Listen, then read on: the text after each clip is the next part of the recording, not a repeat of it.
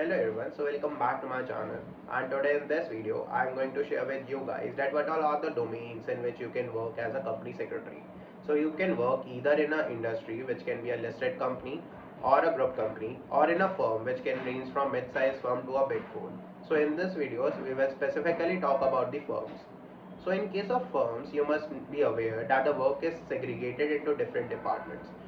You will not be able to work in all the law areas which you have studied during your academics, as the work is always segregated. So how it looks like in case of firm is basically in every firm, whether you say it a mid-sized firm or a big four, the work is segregated into different departments. There will be different department for Companies Act and FEMA. There will be a different department for SEBI. There will be a different department for mergers and acquisition, for finance, for IPR, and you name it, there might be a different department for every law area.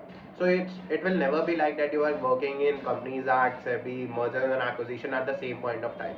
So for that you need to decide your niche. You have to create an expertise in a particular law field. Now let's say about corporate secretarial, about Companies Act and FEMA. It is further bifurcated into consulting and implementation.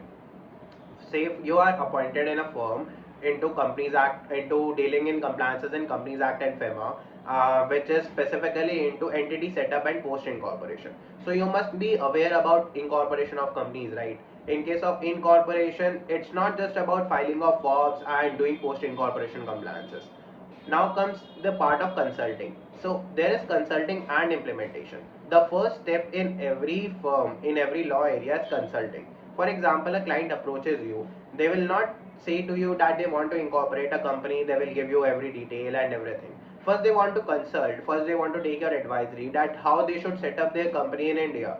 That what all will be the aspects in terms of cost, in terms of benefits that they will be getting under Indian laws after incorporation of their company in India. So in this case you need to consult them, you need to tell them that how it will be beneficial for them to incorporate a company in India, in what states they will get benefit if they get their registered office there, what will be the checklist for incorporation, what will be the timelines that will help them in their business needs too.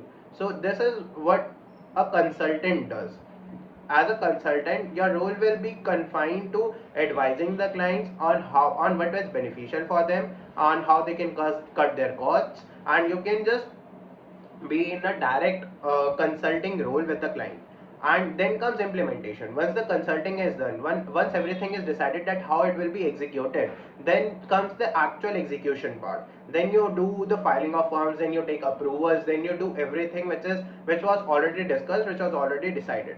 So this is how the things are bifurcated into consulting and implementation. Now this is about a particular one field, which is corporate secretarial. Then there comes SEBI. In case of SEBI, you are providing advisories to the clients under PIT regulations, under LODR regulations, in which they are catering any difficulty. So this is how you are consulting the clients under SEBI regulations. And also in case of mergers and acquisitions, first of all you are deciding that what should be the adequate ratio in which they should enter into amalgamation, and then you are actually executing it, then you are preparing the applications.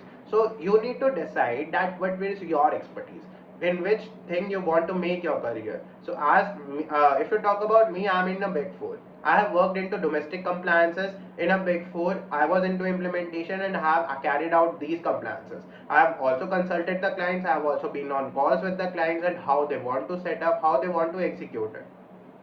Now it is further divided into domestic compliances and global compliances. Domestic compliances, you all are aware, you have studied in your academics. It does SEBI, it does Companies Act, it does FEMA, all the laws which are governing companies under in India. And then there are global compliances. Now there are specific regions, which is APAC, Middle East, which is Europe, which is your LATAM countries, which is your Canada, and all other countries, all other specific regions. How things look in global compliances is there is consulting. For example, there is a client who has his entities in different regions, in APAC, in Middle East, in Europe, in every region, and they want to ensure their compliances under the laws which are applicable to their specific industry. For example, a client which is into FMCG industry or a IT industry wants to ensure that their company is compliant into the specific laws which are governing in those specific regions. Well, as a consultant is to ensure that the client is compliant with all the laws which is applicable to that particular industry, and that you are preparing those compliance obligation registers, you are curating the checklist which will further help the client to ensure the compliances and to mitigate the risk.